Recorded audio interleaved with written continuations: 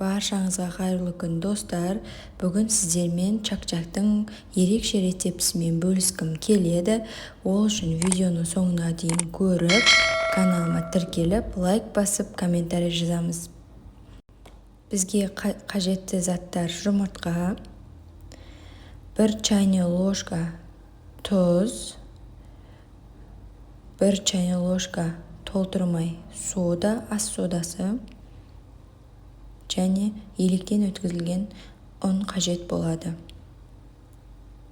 Ең алдымен 3 жұмыртқамыздың үстіне содамызды саламыз, оның үстінен тұзымызды саламыз және венчиктің көмегімен жақсылап араластырамыз. Өте оңай рецепттердің бірі, кез келген адамның қолынан келеді.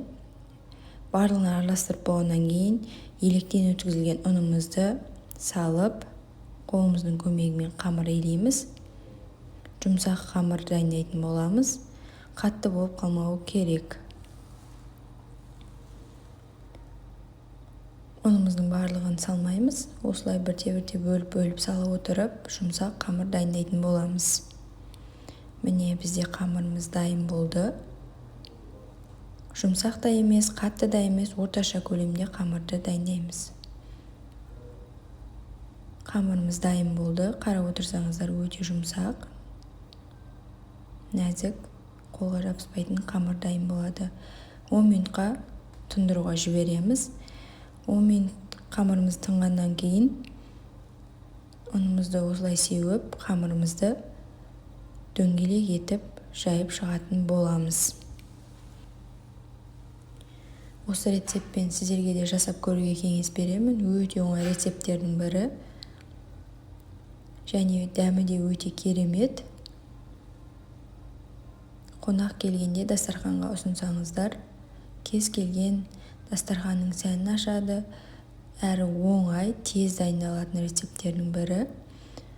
Келген қонағыңыздың көңілінен шығады деген сенімдемін. Менің каналымда пайдалы ақпараттар, пайдалы рецепттер, оңай рецепттер өте көп. Сол үшін каналыма тіркеліп, лайк басып, маған қолдау білдірулеріңізді сұраймын. Қамырымызды осылай жайып шығамыз.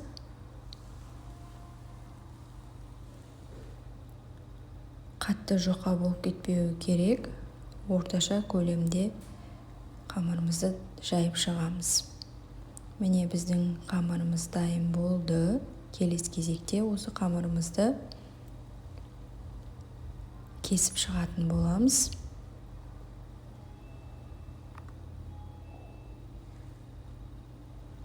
Осылай оқтауға орап аламыз. Мантының қамырын қалай бөлесіздер? Осы чак-чактың да қамырын солай бөлсеңіздер болады. Осылай бірдей етіп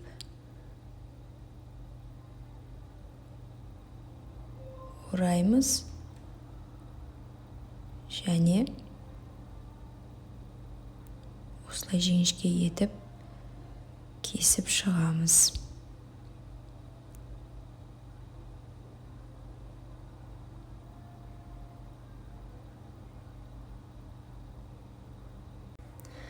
Чак-чак негізі татарлардың классикалық рецептісі болып табылады.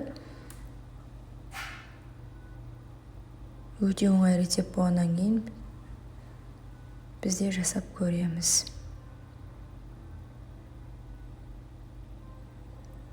Осылай жіңішке етіп кесіп алғаннан кейін осылай қамырларымызды қойып, 4 бұрышты етіп кесеміз.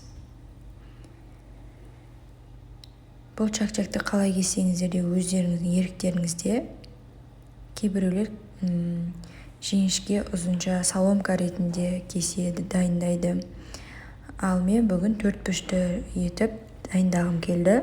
Сол үшін кесу әркімнің өз еркінде.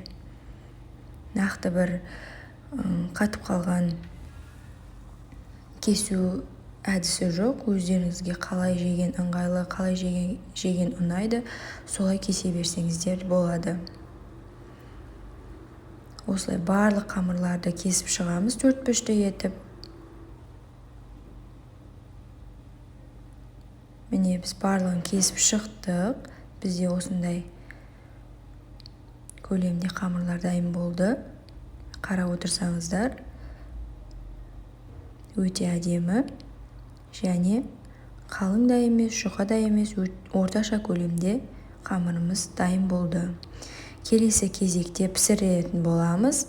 Қызып тұрған майға осылай чак-чактарымызды салып аламыз.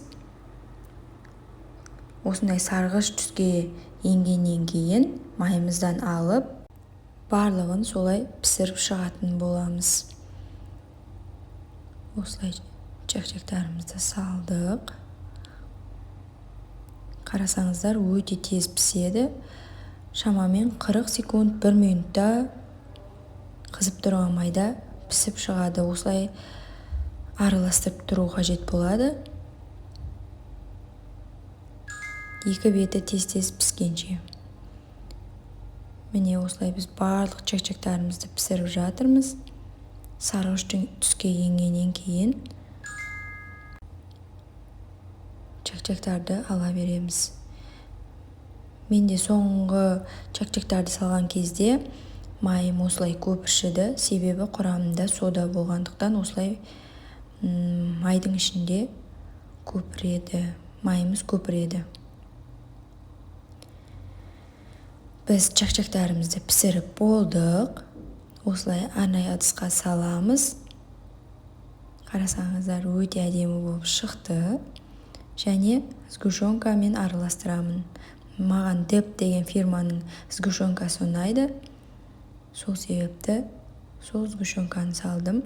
Сіздер немен араластырғыларыңыз келеді, сонымен араластырсаңыздар болады. Миотпен араластырсаңыздар да болады.